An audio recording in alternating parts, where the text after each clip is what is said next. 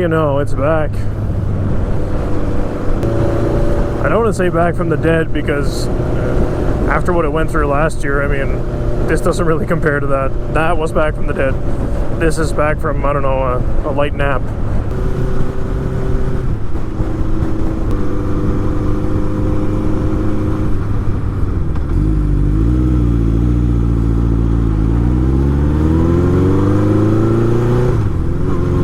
So yeah, we've got the carbs ultrasonically cleaned now, or as a coworker calls it, supersonic cleaned. And I guess that really proves these things looked like they were pretty clean before, but ultrasonic is the way to go, man. Unless you're doing some kind of really harsh chemical dip, which is pretty tough to even get your hands on these days. Those little chemical dips that actually work properly, they're pretty tough to get now. They're pretty harsh chemicals. But ultrasonic cleaner, some regular old water and a little bit of dish soap, and it just eats everything in them, just takes everything out. So yeah, last year I thought this bike was running good, but no comparison. It's like night and day now.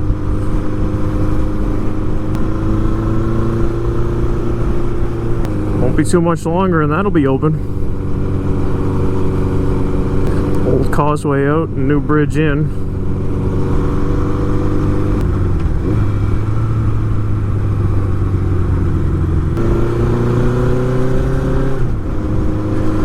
So yeah, I basically got the carburetors and everything back in, put back together. The biggest nightmare of that job is getting the carburetors back on the engine, seated properly, and then the airbox seated to them. And I was just dreading it, and it went so smooth. It just went, it fell into place. I couldn't believe it. I thought that was going to be a bad side. I thought that meant I was going to fire it up and it was going to run like crap. Have to do it all over again. But so far I've been wrong.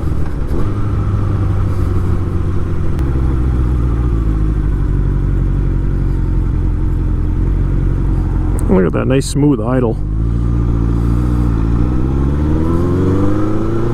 And that was another sign I had, you know, from last fall.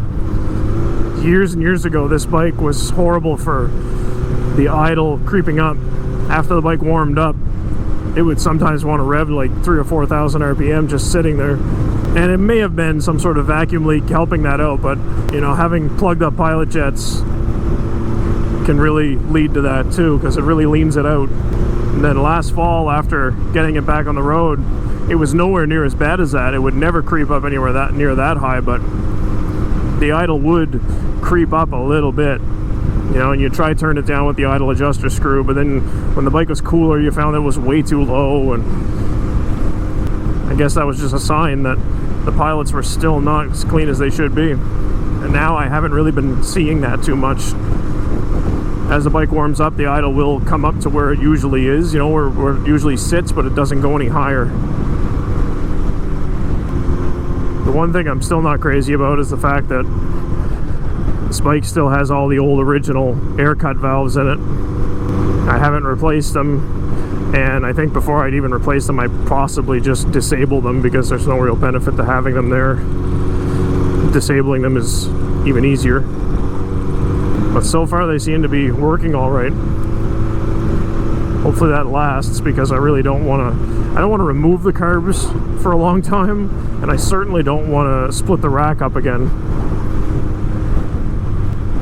Then of course, once I got the carbs back in and everything reassembled and running, I took it to work one night and was reminded of something I totally forgot about before the carbs started messing up again. I had a fork seal leaking. So basically one short ride to work, and then it got parked again while I waited for some fork seals to show up and got the motivation to go out and do that. Replacing the damn fork seal is probably the easiest part of that process. Taking the front wheel on and off this thing is like the biggest part of that job. It's such a strange process, and it's because of that track anti-dive suspension system. The way the brakes work with it and everything. It's like anytime it requires a feeler gauge to properly install a front wheel, it's probably not ideal. You know, something could have been done better along the way. I was gonna do both fork seals. The clutch side was not leaking, and I said, screw it. The whole theme of this project is spend as little as possible, right? So I threw the other fork seal in my toolbox. When the day comes that it leaks, I'll change it then. That fork still has fresh oil in it from last year, so after the fork was all done, last night was the first test ride. I was out for about 30 kilometers or so. Everything worked great. So I said, why not get out of town for a little while? The little girl we're taking care of has decided that 6 a.m. is a good time to get up every day, no matter what. So once she laid down for a nap at noon, I knew that it wouldn't be long and I'd probably be falling asleep on the couch. So I said, now's the time, I better get out.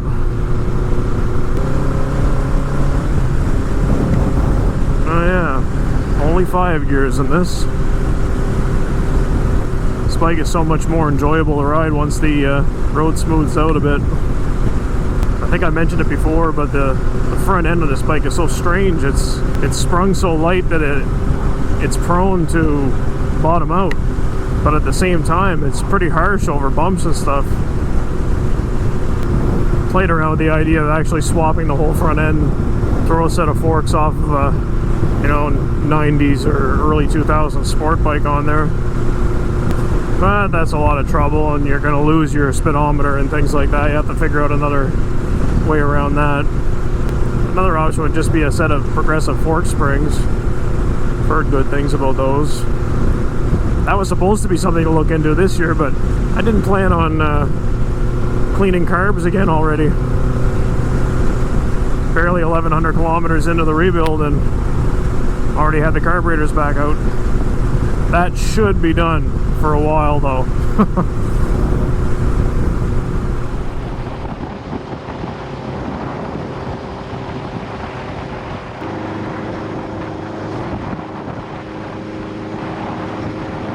Since I got this thing running too, I thought I was hearing exhaust popping, like afterburn in the left side pipes, always in the left side pipes.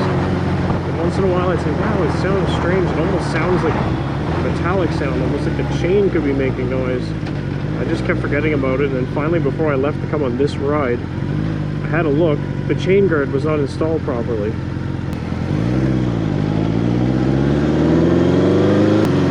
Yeah, whenever I was decelerating, the chain was actually just touching the chain guard every once in a while, making like a ting-ting noise. Almost sounded like a popping in these almost hollow pipes.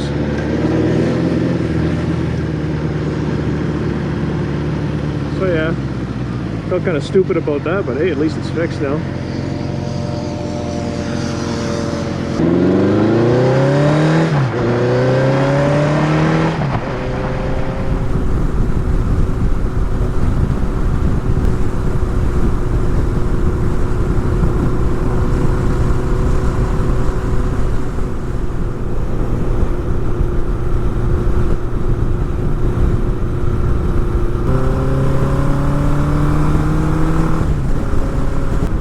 Bike is running excellent, but it's obvious that this riding style, this seating position is still not home for me, I guess.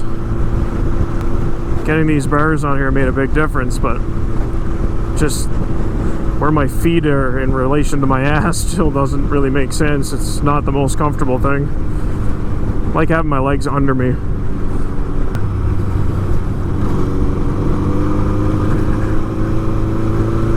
I like having my legs available to be part of the suspension. It's kind of important on our crappy roads. But it's not horrible. I mean, this is nowhere near as bad as like a full-on cruiser, you know, where I'd have my legs out front here or something.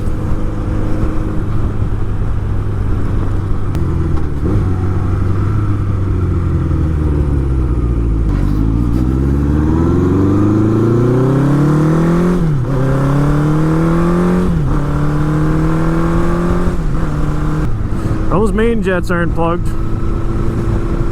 Well, none of them are now, but you know. That's another strange thing about this carburetor that took some getting used to is, well, I mean, maybe it's not strange. I think it's strange because I have very limited carburetor knowledge, but when I opened them up and seen that there are 2 main jets, I found that a little weird. I don't know, is it normal, is it not? I'm mostly used to carburetors from like single-cylinder engines. I can see how messing with carburetors can be an absolute nightmare, but you know, when it goes well, when it works right, it's pretty rewarding.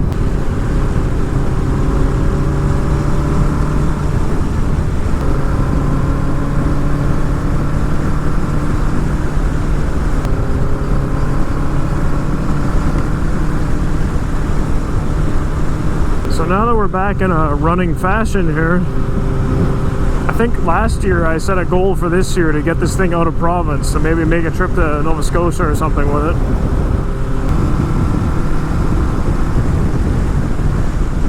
Really, there's still plenty of summer left, so it's totally possible. Another odd thing I'd like to do with it is take a trip back up to my parents' place, basically ride it home. Just over a year ago I pulled it out of the shed and hauled it home in the back of my truck. It'd be kind of cool to have it return under its own power within about a year. But yeah, that'll be an adventure for another day, I guess. What we'll do for now is go down here and hit the like button, subscribe to the channel and all that nonsense. I'll hopefully enjoy some more mechanical problem-free time with this thing, and you can come back and check out the next one.